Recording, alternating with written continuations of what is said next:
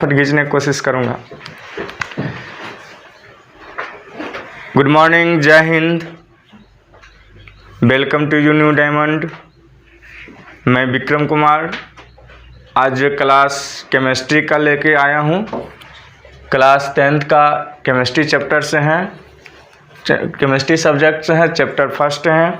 आज जो चलेंगे हम कुछ पीछे इक्वेशन जो है रासायनिक अभिक्रिया एवं समीकरण, केमिकल रिएक्शंस एंड इक्वेशंस के बारे में चल रही है। वाकई में चैप्टर बड़े हैं और मैं बारीकी से समझाने के चक्कर में इस वीडियो को 5 पार्ट कर दिया। 4 पार्ट मैं पहले दे चुका हूँ 4th पार्ट तक, और 5वां पार्ट आज जो है आज लास्ट करना है तो करना है और लास्ट हो ही जाएंगे। बड़ा वीडियो नहीं है, सभी 30 मिनट 40 मिनट की वीडियो हैं चारों, और डिस्क्रिप्शन बॉक्स में दिया जाता है, आप लोग बढ़िया से देखिएगा तो मिल जाएगा। एक बात तो आज मन बना के आया हूँ कि बहुत लोग वीडियो देखते होंगे, मुझे उम्मीद है, क्योंकि यहाँ व्यू बढ़ते हैं, तो इसको सब्सक्राइब अवश्य करें। और ये भी बता दूं कि इस महीने में 60-65 सब्सक्राइबर बढ़े हैं, बहुत खुशी की बात है। 70-80 सब्सक्राइबर बढ़े हैं, क्योंकि अब जो है पहुंचने वाले हैं अच्छी रैंक पर, तो इस हिसाब से हम चलते हैं। तो सब्सक्राइबर भी बढ़ रहे हैं, कुछ न कुछ तो जागरूक हुए हैं, और जो ज़रूर देखे होंगे अच्छा लगता होगा तो सब्सक्राइब ज़रूर करें, लाइक करें और शेयर भी करें। और मैं ये क्लास में ये सब बोलना नहीं चाहता हूँ, लाइक सब्सक्राइब ये सब मैं बोल दिया, अलग बात है, लेकिन प्रयास कीजिए, सब्सक्राइब ज़रूर करें, सब्सक्राइबर बढ़ाइए। अब मैं चलूँ रासायनिक समीकरण और रासायनिक अभिक्रियाएं के बीच में जो है अभिक्रिया को बहुत ही उपयोगी बनाने के लिए क्या क्या हुआ वो मैंने पढ़ चुका हूँ। अब आगे जो है दहन के बारे में पढ़ रहा हूँ, दहन के बारे में जान रहा हूँ। तो दहन किसे कहते हैं मैं पीछे दे दिया हूँ। अब दहन के लिए आवश्यक शर्तें क्या क्या होते हैं वो चल रहे हैं हम, तो दे दिया हूँ। यहाँ स्टेंजा मारा हूँ मैंने, स्टेंजा क्या दिया हूँ देख लीजिए। दहन के लिए आवश्यक शर्तें, दहन के लिए आवश्यक शर्तें 3 शर्तें होते हैं। पहला है दहनशील पदार्थ की उपस्थिति, क्या है, दहनशील पदार्थ की उपस्थिति। दूसरा है दहन के पोषक पदार्थ की उपस्थिति, दहन के पोषक पदार्थ की उपस्थिति। और तीसरा है ज्वलन ताप की प्राप्ति। ये 3 स्टेंजा को मैं शो किया हूँ। अब इसके आगे मैं फर्स्ट को लेके चलूँगा। फर्स्ट में था दहनशील पदार्थ की उपस्थिति, देख रहे हैं यहाँ, तो फर्स्ट यहाँ है। मैं यहाँ क्वेश्चन नहीं लिख के आंसर लिखा हूँ। क्या लिखा हूँ इसमें आंसर सो देख लीजिए। क्या है, आपको कहेगा दहन पदार्थ की उपस्थिति के बारे में हमको बताइए, तो मैं यहाँ दिया हूँ, क्या दिया हूँ देख लीजिए। किसी पदार्थ का दहन तभी संभव होगा जब वह दहनशील हो। मैं कल भी बताया था, मतलब पीछे भी बताया हूँ कि दहनशील पदार्थ ही जलेंगे, अन्यथा क्या होंगे, अदहनशील पदार्थ नहीं जलेंगे। जैसे मैंने कल बताया भी था, एक कागज़ को जला के, कुट को जला के ना, एक छोटी सी बॉक्स को जला के दिखाया था, वो जल गए। और ईटा को जलाने का प्रयास करते तो जलता नहीं, क्योंकि वो कुट के जो थे ना, कागज़ दहनशील पदार्थ हुए और ईंट जो हुए क्या हो गए, अदहनशील पदार्थ है। तो यहाँ फर्स्ट शर्त क्या कह दिया है, शर्त मंजूर कर लिया है कि किसी पदार्थ का दहन तभी संभव होगा जब वह दहनशील हो। क्या होगा, किसी पदार्थ का दहन तभी संभव होगा जब वह पदार्थ क्या हो, दहनशील हो। अगर जो दहनशील नहीं होगा तो वो जलेंगे नहीं। क्लियर। अब इसके बारे में कुछ उदाहरण लेके देखूं। हमारे दैनिक जीवन में क्या होता है, बहुत सारे चीज़ आते हैं ना, जैसे बालू, गिट्टी, पत्थर ना, ईंट, और क्या बहुत ढेर सारे ऐसे चीज़ आते हैं जो अदहनशील होते हैं। उसको कितनों भी कोशिश कर दो जलाने का, जलेंगे नहीं, जलेंगे। तो हम वो दहनशील पदार्थ है इसलिए नहीं जलेंगे। मिट्टी भी जैसे होता है ना, अब कुछ ऐसा है जो जल जाएंगे। तो कौन कौन चीज़, कुछ भी बहुत ऐसे भी हैं जो जलना, कागज़, पेट्रोल, जो भी उदाहरण लेना है वो तो अपना जीवन में, मैं अभी तुरंत बताया था, क्या बताया था कि पढ़ना जब भी चाहिए ना, किसके लिए पढ़ना चाहिए, किसके लिए? कामयाबी के लिए नहीं। कामयाब हो गए तो भी भला है, लेकिन काबिल होने के लिए 100% पढ़ना चाहिए। ठीक, आपको कामयाब बनने से पहले कौशलपूर्ण और अच्छे कामयाब व्यक्ति बनिएगा, तब तो कामयाबी खुद आ जाएंगे। ठीक है, तो इसलिए ध्यान से पढ़ना चाहिए, समझ से, बूझ से। चलिए, तो अब कुछ ऐसे होते हैं कि तुरंत जल जाते हैं, तो कुछ ऐसे होते हैं कि उसमें अधिक ताप लगते हैं ना, वो आगे बताया है, मैं बता दूं। अब दहन की दूसरी पार्ट ले लेता, दूसरी शर्तें ले लेता। दूसरी शर्तें क्या है? दहन के पोषक पदार्थ की उपस्थिति। मैं कहा था कि पोषक पदार्थ नहीं होंगे तो दहन जलना संभव नहीं होगा।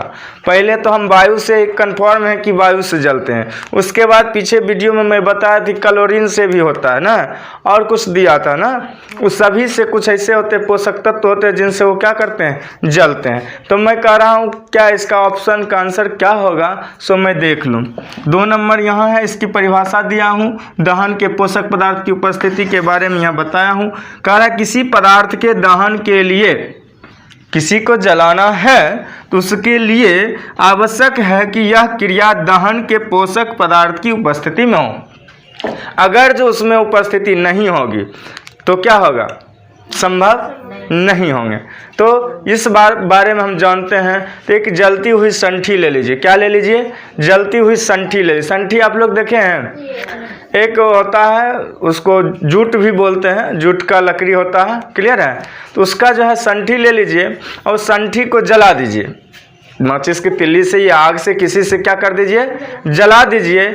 और जलाने के बाद क्या होगा, वो जलना शुरू कर देंगे। लेकिन कुछ देर के बाद उसको क्या कीजिए कि वायु के संपर्क को तोड़ दीजिए। उसको क्या कीजिए, किसी वैसी जार से, वैसी वस्तु से ढक दीजिए जहां ऑक्सीजन या कार्बन डाइऑक्साइड की क्या होगा, कमी हो जाए।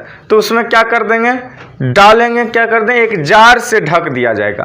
मान लिया जला हुआ है, ये यहाँ रख दिया हूँ और इस पर एक क्या कर दिया, ढक्कन दे दिया ऐसा कि बंद बॉडी शीशा का जो ये बंद हो गया, अब कहीं से हवा पैक हो गया, कहीं नहीं जाएगा।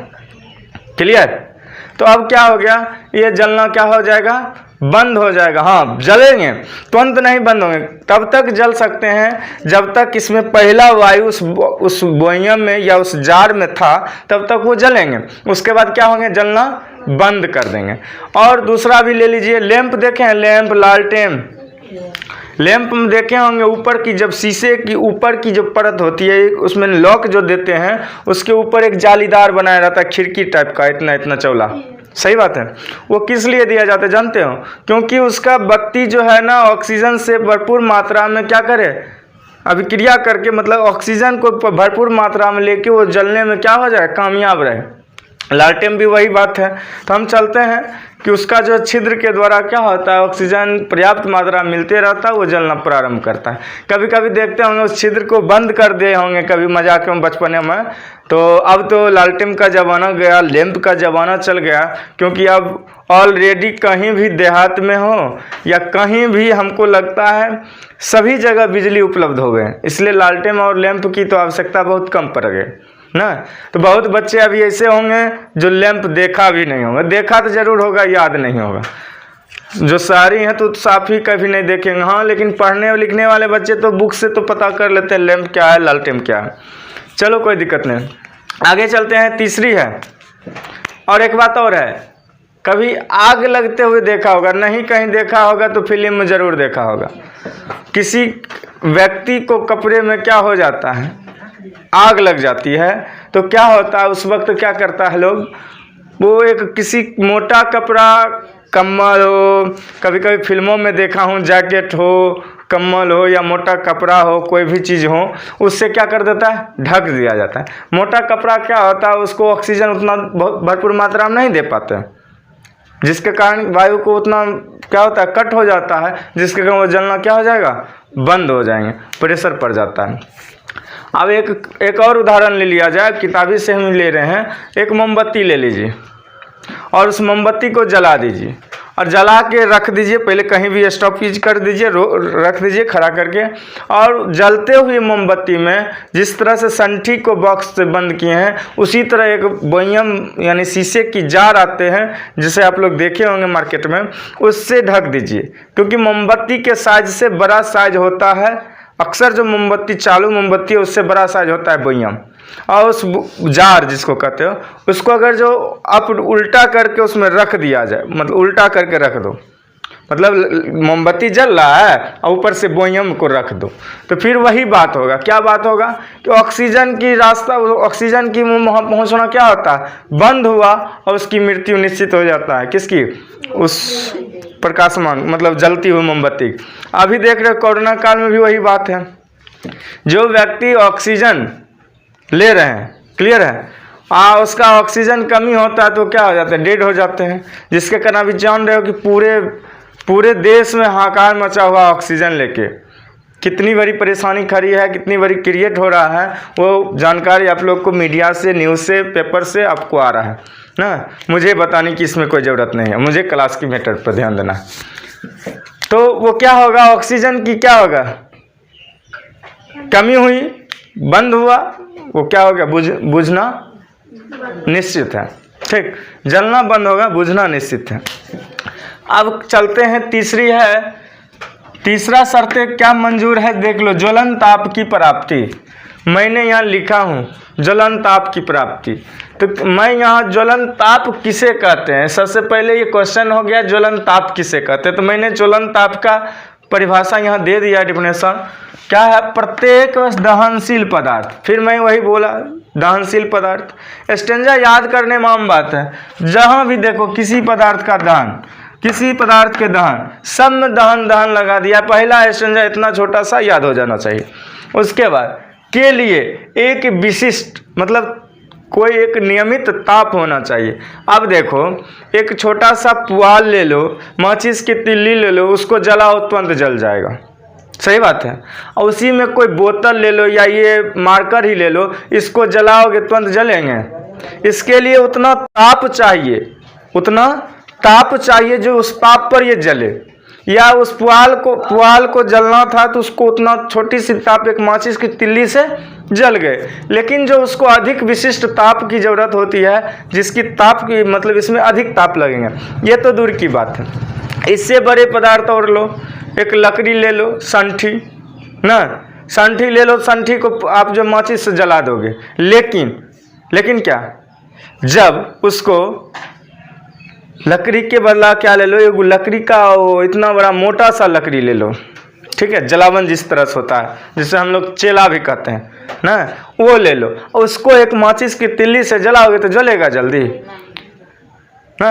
इसका अर्थ क्या हो गया कि हमें एक विशिष्ट ताप की आवश्यकता होती है। मैं वही यहाँ लिखा हूँ, विशिष्ट ताप होता है जिस पर वह पदार्थ जलना शुरू करता है, उस ताप को, उस पदार्थ का क्या कहता हूँ मैंने, ज्वलन ताप कहता हूँ। क्लियर? अब मिसाल देखे हो, मिसाल कहाँ देखे हो? हाँ, टीवी पर जलते हुए मिसाल देखे हो ना? कैसे ये बनता है पता है? ये आप एक लकड़ी ले लीजिए, ठीक है, लकड़ी ले लीजिए, और उस लकड़ी मतलब क्या, डंटा टाइप का, ठीक है। और आपको जब अंधेरा लगे, या पहले ज़माने में झगड़ा जब होता था, युद्ध जब होता था, तो लालटेन और ये क्या कहते हैं, लैंप या बल्ब, ये सब की तो उपलब्धि नहीं था। तो इसमें क्या हो गया कि इसमें हम मिसाल का काम करते थे। किसका काम करते थे? मिसाल का काम करते थे। तो मिसाल कैसे बनाया जाता था? तो एल्कोहल ले लिया जाता था, एल्कोहल में पानी मिला दिया जाता था, और उसके बाद कपड़ा को भिंगा दिया। उसमें क्या, जैसे कपड़ा भिंगाते हो, डुबो देते हो, डुबो देता था। सूती कपड़ा हो या कोई ऐसा कपड़ा जो सोख सके, उसको अवशोषण कर सके उस पानी को, उस द्रव को। जब वो द्रव को अवशोषित कर लेगा तो आप उसमें जब माचिस मारिएगा तो उसमें किसका किसका मिश्रण है? एल्कोहल का मिश्रण है और दूसरा जल का मिश्रण है। तो जो दोनों का जो मिश्रण था तो क्या होगा? एल्कोहल जलना प्रारंभ कर देगा। एल्कोहल क्या हो जाएगा? जल जाएंगे। पानी जो होते हैं, जल जो होंगे, वो कपड़े में रह जाएंगे। वो उतना ताप नहीं दे पाया जो उस कपड़े को जला पाएगा। एल्कोहल के द्वारा ही उसका क्या हो गया? जलना समाप्ति हो गई। एल्कोहल समाप्त, उसका मिसाल का जलना समाप्त। इसीलिए उसमें कपड़े में या उस डंडे में आग नहीं लगते थे। ठीक है, और उससे हम लोग क्या करते थे? बहुत सारे काम भी कर लेते थे मिसाल का। ठीक है, सबसे पहले युद्धों में ये सब मिसाल का काम होता था, या घरों में पुराने ज़माने में मिसाल, जो बड़े बड़े दरबार होते तो मिसाल ही जलाते थे। ठीक, अब आगे चलता हूँ। एक और है ऑप्शन दिया हुआ था कि एक कप लीजिए, किसका? कागज का, और उसमें पानी भर लीजिए। क्या कर लीजिए? पानी भर लीजिए। अब पानी भरने के बाद क्या कीजिएगा? उसको जलाना शुरू कर दीजिए, नीचे से ताप देना शुरू कर दीजिए। तो पता चलेगा वो कागज का कप नहीं जलेंगे, पानी उबलना शुरू हो जाएगा, वाष्पित बनना शुरू हो जाएगा, उसका जो प्रक्रिया होता है सब शुरू हो जाएंगे, लेकिन कप नहीं जलेंगे। क्यों? क्योंकि उसका जो ताप जो है ना, डायरेक्ट जल वाष्पित कर रहा है, जल पर टेम्परेचर दे रहा है, न कि कागज पर। क्लियर? तो यही जो है आपका जो है, यहाँ तक कि ये द्रव दहन की जो है शर्तें जो था इसके लिए है। अब जो आपको चलेंगे किस पर? ज्वलन पर, ज्वाला पर। चलिए, दहन हो चुके हैं, अब ज्वाला में चलूँगा। अब किस में चलूँगा? ज्वाला में चलूँगा। अब ज्वाला के बारे में चलता हूँ। तो ज्वाला किसे कहते हैं इसके बारे में मैं जान लूँ। तो सभी दहनशील गैसें जलने पर ज्वाला उत्पन्न करती है। मैं पीछे भी बोला था, अभी भी बोल रहा हूँ, जितना भी चीज़ जलेंगे ना वो कुछ न कुछ ज्वाला उत्पन्न करते हैं ना। तो जिसका जितना ताप रहेगा उतना बड़ी ज्वाला होंगे। क्लियर है? तो चलता हूँ। सभी दहनशील गैसें जलने पर क्या होता है? ज्वलन उत्पन्न करती हैं। तो दो मुख्यतः रूप हैं इसका, जो मैंने नीचे दिया हूँ। क्या दिया हूँ? एक है ऑक्सीजन की पर्याप्त आपूर्ति होने पर, मतलब ऑक्सीजन पर्याप्त रहे, और एक में है ऑक्सीजन की अपर्याप्त आपूर्ति होने पर। दो बातें ध्यान रखना, एक है ऑक्सीजन की पर्याप्त आपूर्ति होने पर, दूसरा है अपर्याप्त, मतलब जितना ज़रूरत है उतना नहीं। क्लियर है? दोनों के बारे में चलेंगे। तो दोनों का जो है इस तरह से समझाया जा रहा है कि एक होते हैं प्रकाशहीन ज्वाला, जिसे अप्रदीप्त कहते हैं, अप्रदीप्त कहते हैं, और एक होते हैं प्रदीप्त ज्वाला। एक होते हैं प्रदीप्त ज्वाला या प्रकाशमान भी कह सकते हैं, जो मैं यहाँ लिख चुका हूँ, प्रकाशमान या प्रदीप्त ज्वाला। अब इसका दोनों का ऑक्सीजन की पर्याप्त मात्रा में प्रकाशहीन ज्वाला उत्पन्न होंगे और ऑक्सीजन की अपर्याप्त मात्रा में प्रकाशमान ज्वाला उत्पन्न होंगे। तो दो बात हमें क्वेश्चन डिफिकल्ट नहीं है, सिर्फ याद करना है, और ये आगे ही इसी चैप्टर में बताया जाएगा। तो प्रकाशमान और प्रकाशहीन ये अभी ही समझ लीजिए, जो आगे समझने में आसानी हो जाएंगे। चलूँ मैं। तो प्रकाशमान ज्वाला या अप्रदीप्त ज्वाला किसे कहते हैं उसका परिभाषा इसमें दिया है। अब कह रहा इसमें जो ईंधन जो होता है ना, इसमें ईंधन का जो है पूर्ण दहन होता है, मतलब पूर्ण रूपेण जलता है ईंधन। क्या होता है? पूर्ण रूपेण जलता है, और उसको जलने के बाद जो ज्वाला का जो रंग होता है, जलने के बाद हर देखा है लालटेन भी जलता होगा तो उसमें देखा होगा। मैं आगे मोमबत्ती के बारे में बताऊंगा जो आपके चैप्टर में है, वो तब समझ जाएगा अच्छे से। फिलहाल इसको समझने की कोशिश कीजिए। इसमें ईंधन का पूर्ण जब दहन होता है तो इसमें क्या होता है, एक ज्वाला का रंग निकलता है, जिसको हम नीला रंग देखते हैं। कोई चीज़ जलता होगा तो उसका कलर देखता होगा, ऊपर में हल्का हल्का नीला आता है ना, नीला होता है, किंतु प्रकाश बहुत कम होता है उसमें क्या होता है? प्रकाश बहुत कम होते हैं, और इसीलिए उसको हम प्रकाशहीन कहते हैं ना। क्या होता है? प्रकाश कम रहने के कारण उसको क्या कहते हैं? प्रकाशहीन को मतलब बहुत कम को ही हीन कहते हैं ना। और या उसे अप्रदीप्त कहते हैं, या क्या कहते हैं? उसे अप्रदीप्त ज्वाला कहते हैं। संभव आ गया?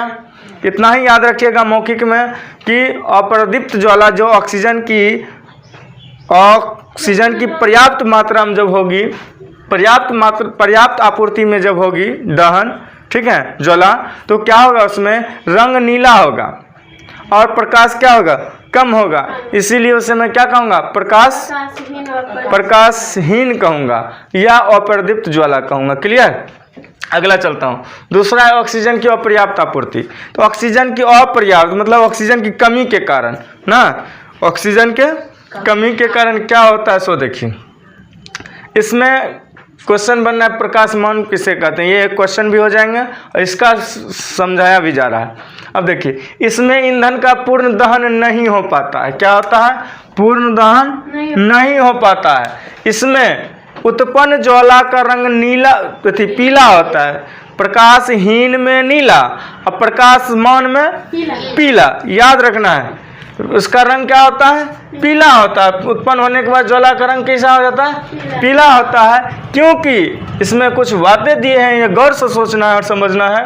क्योंकि ईंधन जो होता है ना, ईंधन के अपूर्ण दहन से मतलब पूर्ण रूप में नहीं जलने के कारण क्या होता है, उसके वाष्प में क्या होता है, उसके वाष्प में बिना जले हुए कार्बन के कण मिश्रित हो जाते हैं। जब वाष्प जो उड़ता है ना, उसमें CO2 क्या हो जाता है, घुल जाते हैं, कार्बन डाइऑक्साइड क्या हो जाते हैं, मिल जाते हैं, जो तप्त होकर मतलब कि गर्म जो होता है उसका ताप का जो पावर होता है, तप्त होकर क्या होता है, चमकने लगता है। क्या होता है, तप्त होकर क्या लगता है, चमकने लगता है। इसलिए इसे प्रकाशमान ज्वाला कहते हैं या प्रदीप्त ज्वाला कहते हैं। क्लियर। तो ये आपका 2 क्वेश्चन भी इसमें डील हो गए हैं, बहुत ही इंपॉर्टेंट क्वेश्चन है। प्रकाशहीन किसे कहते हैं, प्रकाशहीन ज्वाला किसे कहते हैं और प्रकाशमान। मोमबत्ती की ज्वाला में देख लें, मोमबत्ती की ज्वाला किसे कहते हैं वो मैं देख लूँ। आगे देखो, तो पहले एक मोमबत्ती का फिगर आप लोग बना लीजिए, मोमबत्ती का एक फिगर बना लीजिए। उसके बाद जो है आप जो है मोमबत्ती की फिगर बना के उसमें मंडल है वो मैं आगे बता रहा हूँ, उसके बारे में आप जानिएगा। पहले चलता हूँ पहले यहाँ से मोमबत्ती की ज्वाला। तो कह रहा है मोमबत्ती की ज्वाला किसे कहते हैं। एग्जाम्पल अगर जो दे दे क्वेश्चन कर देगा कि मोमबत्ती की ज्वाला किसे कहते हैं, क्या कहते हैं, मोमबत्ती की ज्वाला किसे कहते हैं, तो आप क्या कहिएगा। तो आप कह सकते हैं कि मोमबत्ती ठोस हाइड्रोकार्बनों का मिश्रण होता है। मोम जो होता है, मोम ठोस हाइड्रोकार्बनों का मिश्रण होता है, मिश्रण है। ठीक, मोम ठोस हाइड्रोकार्बनों का मिश्रण है और मोमबत्ती को जलाने पर मोम पिघलकर बत्ती में ऊपर चढ़ता है तथा वाष्प में क्या होता है, परिवर्तन हो जाता है। वाष्प में क्या हो जाता है, परिवर्तन हो जाता है, वाष्प के रूप में बदल जाता है, परिवर्तित हो जाता है। और यही वाष्प वायु या ऑक्सीजन से वायु या ऑक्सीजन में जलकर क्या हो जाता है, ज्वाला उत्पन्न करता है। क्लियर। और इसे ही हम मोमबत्ती की ज्वाला कहते हैं। हम स्पष्ट कर देंगे, मोम ठोस हाइड्रोकार्बनों का मिश्रण होता है। मोमबत्ती को जलाने पर मोम पिघलकर क्या होता है, बत्ती के ऊपर चढ़ता है तथा वाष्प में परिवर्तित हो जाता है। यही वाष्प वायु या ऑक्सीजन में जलकर क्या होता है, ज्वाला उत्पन्न करता है। उसी ज्वाला को मैं क्या कहता हूँ, मोमबत्ती का ज्वाला कहता हूँ। इसको मोमबत्ती के ज्वाला के बारे में मैं थोड़ा बात कर लूँ। यह पीला एवं प्रकाशमान होता है। यह कैसा होता है, पीला और प्रकाशमान होता है। ज्वाला का रंग पीला होने का कारण यह है कि ऑक्सीजन की अपर्याप्त आपूर्ति के कारण मोम का दहन पूर्णतः नहीं हुआ। उसमें जो कुछ होंगे क्या होते हैं, कुछ कार्बन के सूक्ष्म कण जो चाहते हैं मोम के वाष्प में मिश्रित हो जाते हैं। उसके कारण मैं पीछे बताया ही हूँ कि चमकीले हो जाते हैं। अब आगे नेक्स्ट में चलूँ तो ज्वाला के 3 भाग होते हैं। मोमबत्ती जब जलेगी तो उसकी ज्वाला जो होगी उसके 3 भाग होते हैं। एक मंडल होते हैं प्रकाशहीन मंडल, दूसरा होते हैं प्रकाशमान मंडल, तीसरा होता है केंद्रीय मंडल। मैं मोमबत्ती का ये फिगर बना रहा हूँ, जलता हुआ मोमबत्ती का फिगर है। ये जलता हुआ मोमबत्ती का फिगर है, जलते हुए मोमबत्ती ठीक। अब देखो जलने के बाद क्या होता है, इसमें 3 मंडल दिखाई देता है। गौर से देखिएगा तो आपको 3 मंडल दिखाई देंगे। एक सबसे बाहरी जो मंडल होता है, सबसे ऊपरी मंडल होता है, जिसको हम लोग प्रकाशहीन मंडल कहते हैं, नॉन ल्यूमिनस कहते हैं, जोन, मंडल का जोन कहेंगे। उसके बीच वाला भाग को प्रकाशमान मंडल कहते हैं, ल्यूमिनस मंडल जोन कहेंगे। और सबसे बीच और मेन पॉइंट पे जो देखा जाए तो वो होता है केंद्रीय मंडल, जिसको हम सेंट्रल जोन कहेंगे। तो अब हम चलूं तो प्रकाशहीन मंडल कहते किसे हैं। तो प्रकाशहीन मंडल में क्या होता है, पहले ये हमें गौर से सुनना पड़ेगा, उसके बाद आप लोग आराम से समझ जाएंगे। इस भाग में जो प्रकाशहीन मंडल है, इस भाग में जो बाहरी भाग जो है प्रकाशहीन मंडल का, उसमें जो क्या होता है कि मोम के वाष्प का पूर्ण दहन नहीं हो पाता है। मोम का जो वाष्प जो होता है ना, उसका पूर्ण दहन नहीं हो पाता है। मोम के वाष्प का क्या होता है, पूर्ण दहन नहीं होता है। और जब पूर्ण दहन नहीं होता है, इसका कारण क्या होता है, क्योंकि इसमें ऑक्सीजन की आपूर्ति पर्याप्त नहीं होगी। हाँ होगी, पर्याप्त होती है, इसी कारण यह क्या होता है, पूर्ण दहन होता है। प्रकाशहीन मंडल के बारे में जानना है। प्रकाशहीन मंडल में जो होता है पूर्ण दहन हो जाता है। क्या होता है, इस भाग में क्या होता है, मोम के वाष्प का पूर्ण दहन हो जाता है। क्या हो जाता है, पूर्ण दहन हो जाता है, क्योंकि इसमें क्या होता है, ऑक्सीकरण का जो है ना, ऑक्सीजन का जो है, ऑक्सीजन का जो होता है ना, आपूर्ति जो पर्याप्त रूप में मौजूद रहता है, मतलब पर्याप्त होती है। यह ज्वाला का सबसे कौन है, गर्म भाग भी कहलाते हैं। तो मैं यहाँ के कह दूंगा, इस भाग में मोम का क्या होता है, मोम का पूर्ण दहन होता है, पूर्ण दहन एक। दूसरा, इसमें ऑक्सीजन की पर्याप्त मात्रा रहता है, ऑक्सीजन पर्याप्त रहते हैं, ठीक है। ऑक्सीजन क्या रहते हैं, पर्याप्त, गलत लिख दिए, अच्छा चलिए कोई दिक्कत।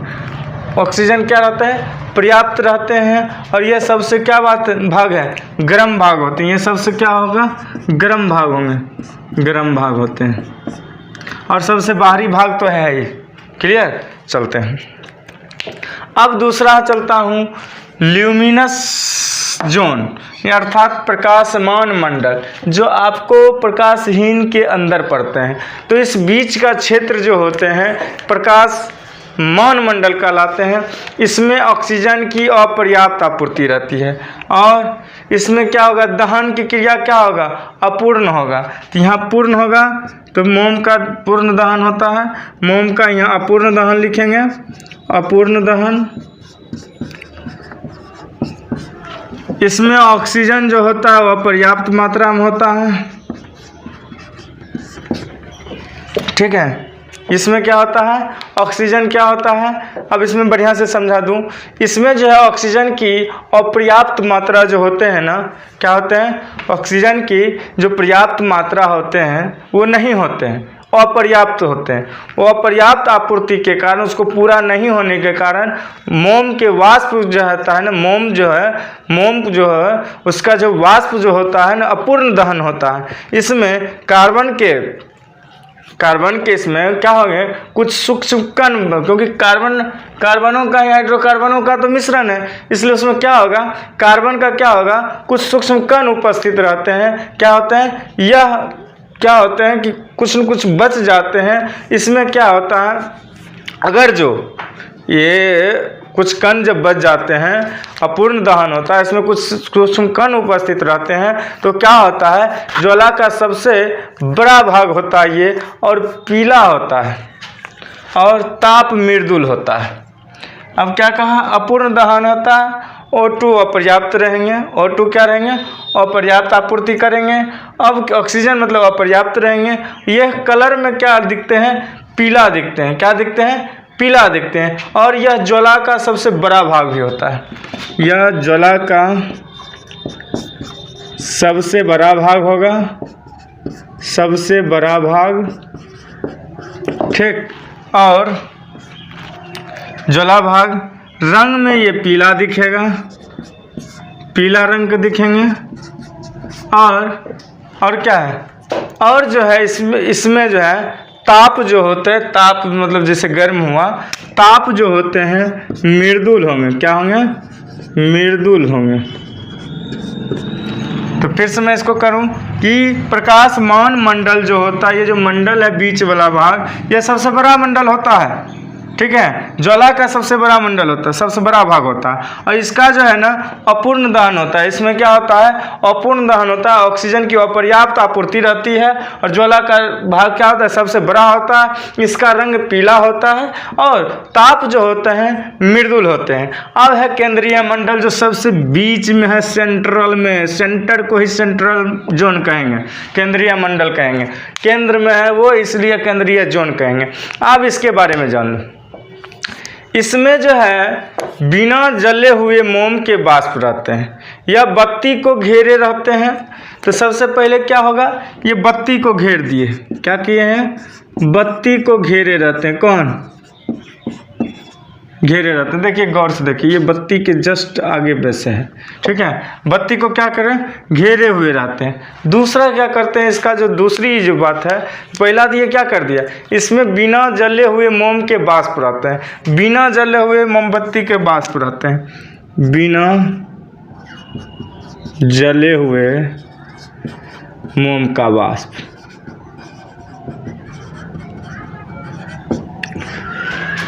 अब इसमें क्या होता है, बढ़िया से इसको ध्यान दीजिएगा। इसमें जो है बिना जले हुए मोम के वाष्प रहते हैं और यह जो है बत्ती को घेरे रहता है। क्या करता है? बत्ती को घेरे रहता है। इसमें दहन की क्रिया नहीं होती है। मैं इसमें लिख सकता हूँ दहन की क्रिया, पूर्ण दहन नहीं, दहन की क्रिया होता ही नहीं है। दहन की क्रिया नहीं होते हैं, नहीं होते।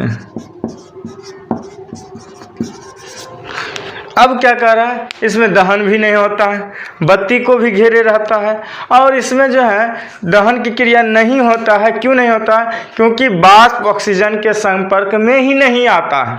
क्या होता है? वाष्प जो है ना, वाष्प जो है ऑक्सीजन के संपर्क में नहीं आता है। ऑक्सीजन के संपर्क में नहीं आता है, संपर्क में नहीं आता है, संपर्क में नहीं आता है। क्लियर? अब देखा जाए तो गौर से समझिए, जब कोई वाष्प संपर्क में, ज्वाला संपर्क में नहीं आएगा ना, क्या होता है? संपर्क में ऑक्सीजन वाष्प के संपर्क में आएगा नहीं, इसलिए इसकी भाग को अदहन का क्षेत्र भी कहा जा सकते हैं। जब जो जलेगा ही नहीं उसको क्या कहेंगे? अदहन का क्षेत्र। और इसका रंग नीला होता है, रंग नीला। ठीक, अब बढ़िया से फिर से मैं रिपीट कर दूं और ये अब लास्ट है। आपको पूछा जाएगा बनावट कैसा होगा, तो बनावट आप फिगर बना दीजिएगा। उसके बाद कह रहा है प्रकाशहीन मंडल किसे कहते हैं? इसमें कहिएगा प्रकाशहीन मंडल में जो होता है ना, मोम का पूर्ण दहन होता है और इसलिए होता है क्योंकि इसमें ऑक्सीजन जो होता है पर्याप्त आपूर्ति देते हैं और इसका भाग जो होता है गर्म होता है। दूसरा में कहना है प्रकाशमान मंडल जो होता है, जो प्रकाशित होता है, वो हम कहोगे मोम का पूर्ण दहन होता है, मतलब पूर्ण दहन नहीं होता है। और क्या होता है? ऑक्सीजन की अपर्याप्त मात्रा जो होता है, अपर्याप्त आपूर्ति रहते हैं और उसके बाद क्या होता है? इसमें सूक्ष्म कण रह जाएंगे, किसका? कार्बन का ना। तो उस ज्वाला का जो है सबसे बड़ा भाग भी माना जाएगा। ये क्या माना जाएगा? ज्वाला का सबसे बड़ा भाग भी माना जाएगा। ये जब जलते हुए दिखेंगे तो पीले रंग के दिखेंगे और इसका ताप जो होता है, तापमान जो होता है मृदुल होता है। इसमें जो है मृदुलता रहता है, इसके जैसे गर्म नहीं रहते हैं। ठीक, बत्ती को अब दूसरा है केंद्रीय मंडल। केंद्र से ही है, मतलब बत्ती में ही जस्ट बत्ती से पहला ही जलन है ना, तो क्या कहेंगे? बत्ती को ये घेरे रहता है और इसका जो बिना जले हुए मोम का वाष्प रहता है और उसके बाद दहन की क्रिया इसमें नहीं होती है। और दहन की क्रिया नहीं होने के कारण वजह क्या है इसका? क्योंकि ऑक्सीजन जो है ना वाष्प के संपर्क में नहीं आता है और इसका रंग जो है दिखेगा ना, जब जलते हुए रहेगा तो नीला दिखेगा। तो ये आप यहाँ तक आप समझ गए होंगे। तो आई होप मैं आगे चलूँ। द्रवित पेट्रोलियम गैस जिसे हम इंग्लिश में कहते हैं liquefied petroleum gas, liquefied petroleum gas. अब इसका शॉर्ट फॉर्म हम लोग कहते हैं एलपीजी। क्या कहते हैं? एलपीजी। अब एलपीजी के बारे में जान लूँ, द्रवीभूत पेट्रोलियम गैस जो एलपीजी के बारे में जानूँ तो इंग्लिश में हम क्या कहें? लिक्विफाइड पेट्रोलियम गैस को हम शॉर्ट में कहते हैं एलपीजी, जो आप लोग बहुत सुने होंगे एलपीजी एलपीजी एलपीजी। अब ये जानिए, ये पेट्रोलियम गैस है। ये क्या है? पेट्रोलियम गैस है। ये क्या है? पेट्रोलियम गैस है। पेट्रोलियम गैस है। ये पेट्रोलियम गैस जो है ना, किस चीज़ से बने होते हैं ये हम आप लोग को पहले मैं आप लोगों को पढ़ाया होगा। ब्यूटेन, एथेन, मेथेन, ब्यूटेन, ये सब पढ़ाया। Butane, propane, पेटेन, octane, nonane, decane, ये सब पढ़ाए हैं। अगर आपको याद होंगे तो ठीक है, और नहीं तो फिर मैं भी बोल रहा हूँ, उसको ध्यान से देखिए। ये ब्यूटेन होता है, ब्यूटेन, और ब्यूटेन के साथ साथ प्रोपेन एथेन का मिश्रण है। ये प्रोपेन, प्रोपेन, प्रोपेन और एथेन का मिश्रण है। एथेन का क्या है? यह मिश्रण है, यह एथेन का मिश्रण है। अब सभी का सूत्र आप जान रहे हैं। ब्यूटेन का जो है कार्बन की परमाणु संख्या कितना होता है? 4 होते हैं, तो इसलिए C4H10 होंगे। और प्रोपेन का क्या होता है? 3 होते हैं, तो C3H8 होंगे।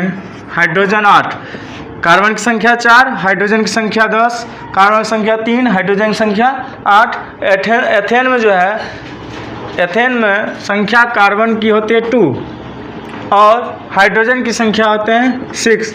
इसका मैं तो फार्मूला भी एक बार बता चुका हूँ, लेकिन मैं वीडियो में नहीं अपलोड किया हूँ, तो आप लोग ध्यान से देखिएगा जिससे समझ में आ जाए। ये सभी जो होते हैं ना, सभी जो होते हैं ब्यूटेन, प्रोपेन, एथेन का मिश्रण होते हैं। कौन? पेट्रोलियम गैस जो होते हैं ये ब्यूटेन, प्रोपेन और एथेन का मिश्रण है। ये सभी जो होता है, जितने भी हैं, तीनों का जो मिश्रण है, लेकिन इसका मुख्य अवयव ब्यूटेन है। इसका मेन मुख्य अवयव कौन है? ब्यूटेन है, जिसको हम C4H10 से सूचित करते हैं फार्मूला में।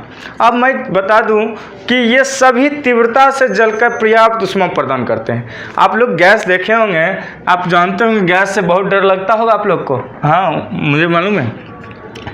ये सभी क्या करते हैं? तीव्रता से जलकर, मतलब बहुत ही स्पीड से, तीव्रता से जलकर क्या करते हैं? पर्याप्त ऊष्मा प्रदान कर देता है, बहुत ही बढ़िया मात्रा जलकर पर्याप्त ऊष्मा प्रदान देती है, प्रदान करती है, करते हैं, जो लिखो सब लिखो। हो गया? चले आगे। अब कह रहा है ये इसका तो होगा सर, ये एलपीजी है तो हम समझ गए, ये ब्यूटेन, एथेन मिश्रण भी सब समझ गए। अब इसका कुछ ऐसा बात बताइए कि इसका जो हम बढ़िया से समझ जाए। तो ये समझने के लिए आपको आराम से आँख मूंद के समझ सकते हैं। पेट्रोलियम गैस एक क्या है? उत्तम ईंधन है। क्या है? उत्तम ईंधन है, जो खूब बढ़िया से जलेगा तो क्या होगा? उत्तम ईंधन होगा। उत्तम ईंधन होगा सबसे पहला। दूसरा, तीव्रता से जलता ही है ना। और यह दाब बढ़ाने पर, ये दाब बढ़ाने पर क्या होता है? तीनों गैस, कौन कौन? ब्यूटेन, प्रोपेन, एथेन, तीनों गैस जो होते हैं क्या करना शुरू करते हैं? आसानी से द्रवीभूत हो जाते हैं, मतलब द्रवीभूत हो जाते हैं। और इस द्रव के द्रवीभूत पेट्रोलियम गैस कहते हैं किसको?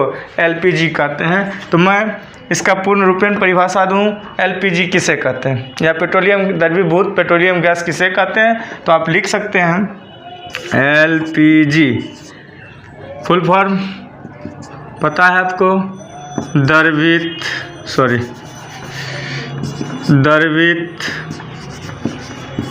Petroleum gas, petroleum gas. अब इसका मतलब ये है इसे किसे कहते हैं, तो मैं यहाँ आसानी भाषा में लिख दूँ, यह पेट्रोलियम गैस एक उत्तम ईंधन है। क्या है? Petroleum gas. पेट्रोलियम गैस एक उत्तम ईंधन है, उत्तम ईंधन है। इसको जब जलाते हैं, इसका जब ताप बढ़ाते हैं या दाब बढ़ाएंगे, दाब बढ़ाने पर, दाब बढ़ाने पर तीनों गैस कौन कौन है आपको पता है? ब्यूटेन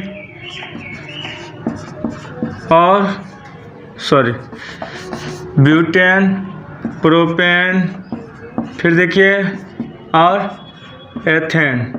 ये तीनों गैस क्या होता है? द्रवीभूत हो जाते हैं। क्या होते हैं? आसानी से क्या होते हैं? द्रवीभूत हो जाते हैं। आसानी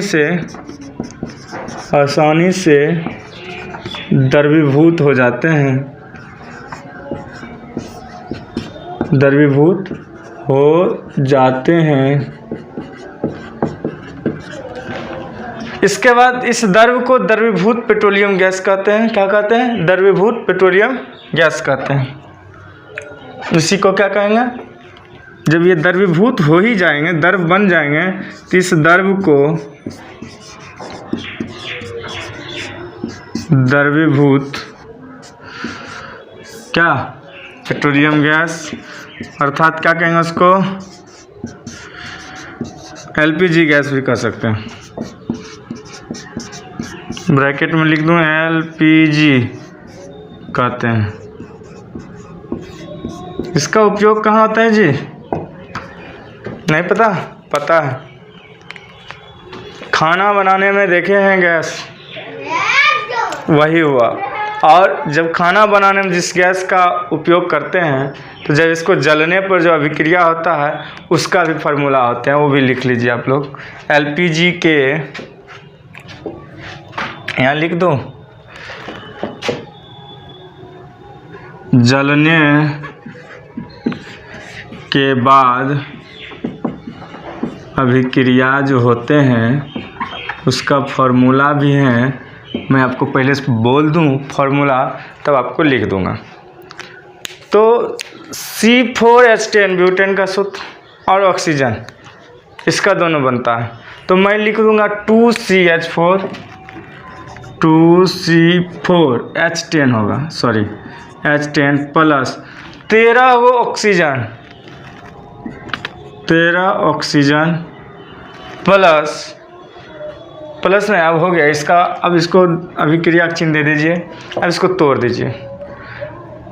तो इसको हमको हाइड्रोजन निकलेंगे इसमें से कितना? 10 गो हाइड्रोजन, ऑक्सीजन 10 गो चाहिए ना। 13 दूनी 26, 4 दूनी 8, 10 दूनी 20, 13 दूनी 26 हुआ है ना। तो मैं यहाँ लिख दूँ 8 CO2 मतलब carbon dioxide plus 10 H2O। Clear? अब जो बचे हैं इसमें ऊष्मा जो प्रदान होगा उसके लिए मैं आपको बताया था, जिसमें ऊष्मा उत्पन्न होंगे उसमें ऊष्मा लिखना ही पड़ते हैं। क्लियर? अब काम समझ में आ गए होंगे आपको। तो ये फॉर्मूला हो गया, समीकरण, अभिक्रिया। ठीक है। और इसके आगे में हम ये भी बोल सकते हैं कि एलपीजी गैस जानते हैं कितना खतरनाक होते हैं, जानते हैं ना। चलिए, द्रवीभूत पेट्रोलियम गैस पेट्रोलियम के परभाजी सरबन तथा प्राकृतिक गैस से प्राप्त किया जाता है। और साथ इतना नहीं है, ये जो गैस का लगभग मतलब जो गैस जो होता है 1 ग्राम गैस में कितना ऊष्मा उत्पन्न करते पता है? 50 किलो जूल। कितना? 50 किलो जूल ऊष्मा उत्पन्न करता है ये 1 ग्राम में। आप समझ सकते हैं कैसा ये है। तो एलपीजी के सिलेंडर में देखे हैं ना कैसा रहता है, आप उसका आकार देखेंगे, बंद बॉडी रहते हैं, उसके ऊपर एक बर्नर लगा रहता है, उसमें एक प्रेशर रहता है जिसमें आप लोग लॉक अनलॉक करते हैं। प्रेशर को क्या करते हैं, लेफ़्ट राइट का राउंडिंग रहता है, उसको अगर जो लेफ़्ट कर देते हैं तो क्लियर हो जाते हैं, अगर राइट कर देते हैं वो होते हैं। और उसका जो ही आप ऑन करते हैं उसका गैस डायरेक्ट आपके गैस चूल्हे में चल जाते हैं। अब आप वो जो गैस जो निकलते हैं उसमें आप क्या होते हैं। एक बात और है, ये जो है ना जो गमकता है गैस, उसके कारण क्या है पता है, नहीं पता है। उसमें जो है ना मतलब एथिल मरकैप्टन को जो है ना एक थोड़ा मात्रा भी मिला दिया जाता है। एथिल मरकैप्टन का जो है थोड़ा मात्रा मिला दिया जाता है, जिससे क्या होता है सिलेंडर की कहीं भी जो रिसाव होगा ना तो हमें तुरंत पता चलता है उसकी महक से। तो क्या बोला मैंने, एथिल मरकैप्टन, क्या बोला मैंने, एथिल मरकैप्टन का जो है सूत्र फॉर्मूला भी दिया हुआ है C2H5। अब देखिए ये गंध की बात है तो सल्फर देंगे तो S हाइड्रोजन, इसी को कहते हैं एथिल मरकैप्टन, जो गंध युक्त होते हैं। ठीक है, मतलब गंध देते हैं, थोड़ा सा मात्रा डालने से ये कहीं भी निकलेगा ना, रिसाव जब होगा तो महकना शुरू होता है, उसी को हम लोग कहते हैं कि ये गैस महक रहा है। चलिए।